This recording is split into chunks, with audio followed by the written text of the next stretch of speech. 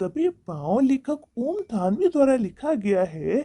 लेखक कहते हैं कि हड़प्पा और मोहनजोदारो दोनों स्थान अभी तक दुनिया के सबसे पुराने नियोजित शहर माने जाते हैं।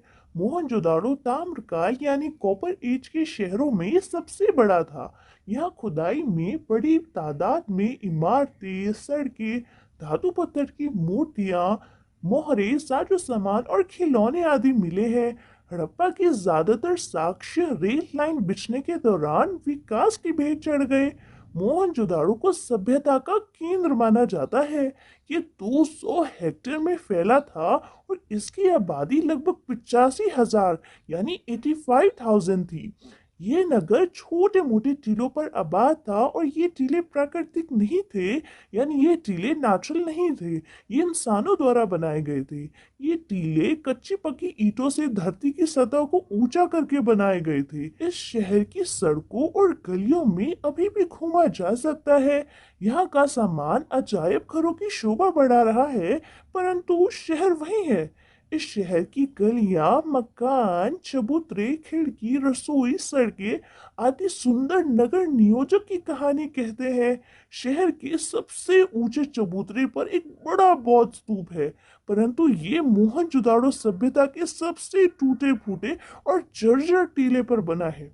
सन 1922 में रखलदास बनर्जी ने इस स्तूप की खोज की तो उन्हें यहाँ ईसा पूर्व के निशान मिले। तत्कालीन भारतीय पुरातत्व सर्वेक्षण के महानिदेशक जॉन मार्शल के निर्देश पर खुदाई का व्यापक अभियान शुरू हुआ।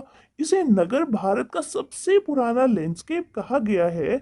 स्तूप वाले हिस्से को गढ़ कहा जाता है और सारी प्रसिद्ध इमारतों के खंडर चबूतरे के पश्चिम में है। इनमें प्रशासनिक इमारतें, सभा भवन, ज्ञानशाला और कुठार हैं। केवल अनुष्ठानिक महाकुंड अपने मूल स्वरूप में बचा है, बाकी इमारतें उजड़ गई हैं। मोहनजोदाड़ो का नगर नियोजन बेमिसाल है। अधिकांश सड़कें सीधी या आड़ी हैं। इसे वास्तुकार ग्रिड प्लान कहते हैं। आजकल की कॉलोनियों में हमें आड़ा सीधा नियोजन देखने को मिलता है। ब्रासीलिया, चंडीगढ़ या इस्लामाबाद ग्रिड शैली के शहर हैं।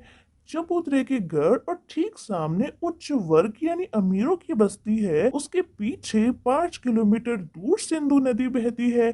दक्षिण में टूटे घर काम घरों के हैं। लेखक प्रश्न करते हैं कि निम्न वर्ग का अस्तित्व था या नहीं। शायद उनके घर कमजोर रहे होंगे जो समय के अनुसार नष्ट हो गए होंगे। टीले के पास महाकुंड है, इसका नाम देव मार्ग रखा गया है। ये सामूहिक स्नान के काम आता था। ये 40 फुट लंबा, 25 फुट चौड़ा और 7 फुट गहरा है। इसके उत्तर और दक्षिण से सीढ़ियां उतरती हैं। इसके 3 तरफ साधुओं के कक्ष हैं और उत्तर में 2 पंथ में 8 स्नानघर हैं। इनमें किसी का दरवाजा दूसरे के सामने नहीं खुलता है। इस कुंड का निर्माण पक्की ईंटों से हुआ है। पानी का रिसाव रोकने और गंदा पानी से बचाव के लिए कुंड के तले और दीवार पर चूने और चिरौनी के गारे का प्रयोग किया गया है।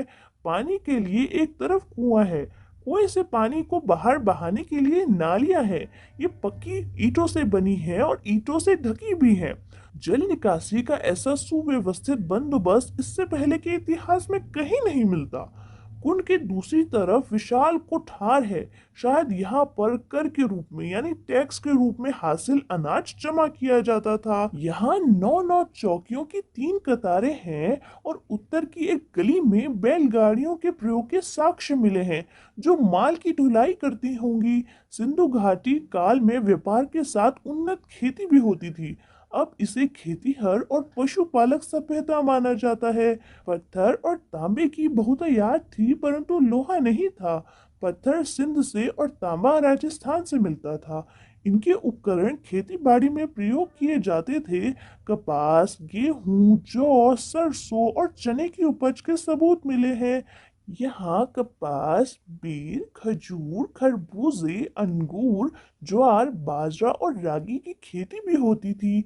यहाँ से मिला सूती कपड़ा दुनिया के सबसे पुराने नमूनों में से एक है। दूसरा सूती कपड़ा 3000 साल पूर्व का है जो जॉर्डन से मिला। मोहनजोदारो में रंगाई भी होती थी। ऊन और लिनन का आयात सुमेर से होता था। महाकुंड के उत्तरी पूर्व में लंबी इमारतों के अवशेष मिले हैं। इनके बीच में खुला बड़ा दलान है और 3 तरफ बरामदे हैं। इसे कॉलेज ऑफ प्रीस्ट माना जाता है। दक्षिण में 20 खंभों वाला एक हॉल है जो शायद राज्य सचिवालय, सभा भवन या सामुदायिक केंद्र रहा होगा। गढ़ की 4 दीवारी के बाहर नीचा नगर था। खुदाई की प्रक्रिया में टीलों का आकार घट गया था। पूर्व की बस्ती रईसों की बस्ती थी। इनमें बड़े घर थे, चौड़ी सड़कें थीं और ज्यादातर कुएं थे। मोहनजोदारो की सभी खंडरों की खुदाई करने वाले पुरातत्व का संक्षिप्त नाम डीके रखा गया। डीके क्षेत्र दोनों बस्तियों में सबसे महत्वपूर्ण है। शहर की मुख्य सड़क यहीं पर है। यहाँ बहुत लंबी सड़क है और 33 फुट चौड़ी है। इस पर एक साथ 2 बैलगाड़ियां आ जा सकती थी। यह सड़क बाजार तक पहुंचती थी। इस सड़क के दोनों ओर घर हैं। सड़क की तरफ कोई दरवाजा नहीं है। हर घर में एक स्नान घर है और नालियां घर का पानी हौदी तक लाती हैं और फिर वो नालियों के जाल से जुड़ जाती है। यहाँ लगभग 700 कुएं पाए गए हैं, इसीलिए इसे जल संस्कृति भी कहा जाता है।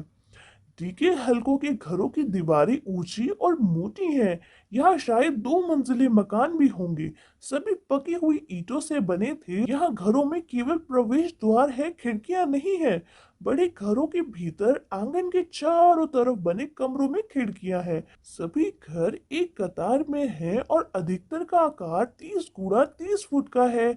कुछ इनसे काफी बड़े भी हैं। सबकी वास्तुशैली भी एक ही जैसी लगती है। डी के बी और सी इलाकों में से एक घर से दाढ़ी वाले याजक नरेश की मूर्ति मिली है। HR इलाके के बड़े घर में कुछ कंकाल भी मिले हैं। प्रसिद्ध नर्तकी शिल्प भी इसी हल्के के छोटे से घर से मिली है। लेखक बड़े घरों में भी छोटे कमरे देखकर हैरान है। इसका कारण आबादी बढ़ना या निचली मंजिल पर नौकरों का निवास हो सकता है। सीढ़ियां शायद लकड़ी की रही होंगी। ऊपरी मंजिल पर लकड़ी की साज सज्जा की जाती होगी। अधिकतर घरों में खिड़कियां या दरवाजों पर छज्जों की चिन्ह नहीं है। गर्म क्षेत्र में ये चीजें आम होती हैं। इसका तात्पर्य यह है कि हाथी, शेर, गेंडा आदि जीवों की तस्वीर से लगता है कि यहाँ जंगल थे और अच्छी खेती से सिंचाई की जाती थी। इस शहर में नहर के प्रमाण नहीं मिले हैं। इसका मतलब ये निकलता है कि कुओं के अत्यधिक इस्तेमाल से भूतल जल भी नीचे चला गया होगा और बस्ती उजड़ गई होगी। इस हवा बह रही थी। हर जगह लेखक को साय साय की आवाज सुनाई दे रही थी। लेखक को यहाँ राजस्थान और सिंध गुजरात के घरों की याद आ गई। मोहनजोदाड़ो के घरों में टहलते हुए लेखक को जैसलमेर के गांव कुलधरा की याद आ गई। कुलधरा गांव पीले पत्थरों के घर वाला एक खूबसूरत सा गांव था। कुलधरा गांव पीले पत्थर के घरों वाला एक खूबसूरत सा गांव था। यहाँ घर थे परंतु लोग नहीं है। 150 साल पहले राजा से तकरार पर स्वाभिमानी गांव का हर सदस्य अपना घर छोड़कर चला गया। घर खंडर हो गए पर ढहे नहीं। लोग निकल गए, वक्त वहीं रह गया। जॉन मार्शल ने मोहनजोदाड़ो पर 3 खंडों में एक विशाल ग्रंथ छपवाया।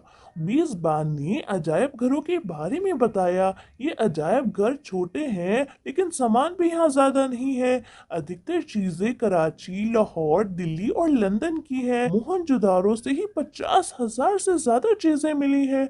यहाँ पर काला पड़ गया गेहूं, तांबे और कांसे के बर्तन, मोहरे, वाद्य यंत्र, बहुत सारे मिट्टी के बर्तन, चौपाड़ की गोटियां, दिए, माप तौल पत्थर, तांबे का आईना, मिट्टी की बैलगाड़ी, 2 पाटन वाली चक्की, कंघी, पत्थर की औजार, सोने के गहने आदि मिले हैं। इस अजायब घर में औजार तो थे परंतु हथियार नहीं। पूरी सिंधु सभ्यता में कहीं हथियार नहीं मिले। विद्वान ये निष्कर्ष निकालते हैं कि यहाँ अनुशासन ताकत के बल पर नहीं था। शायद सैन्य सत्ता भी नहीं रही होगी। इस सभ्यता में प्रभुत्व या दिखावा बिल्कुल भी नहीं था। दूसरी सभ्यताओं में राजतंत्र या धर्मतंत्र की ताकत का प्रदर्शन करने वाले महल, उपासना स्थल, मूर्तियां और पिरामिड मिलते हैं, लेकिन हड़प्पा संस्कृति में महल, मंदिर, समाधियां नहीं मिलती।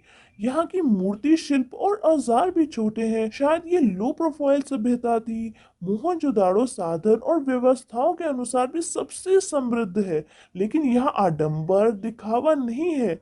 दूसरे, यहाँ की लिपि यानी लैंग्वेज अभी तक किस पढ़ी नहीं जा सकी। अंत हम ये कह सकते हैं कि अनेक रहस्य अभी तक सामने नहीं आए हैं। सिंधु घाटी के लोग कला प्रिय थे। सिंधु घाटी सभ्यता की खूबी उनका सौंदर्य बोध है, जो राज पोषित या धर्म पोषित न होकर समाज पोषित था। अब मोहनजोदाड़ो में खुदाई बंद कर दी गई है, क्योंकि सिंधु के पानी के रिसाव से क्षार और दलदल की समस्या पैदा हो गई है। अब इन खंडरों को बचाकर रखना ही बड़ी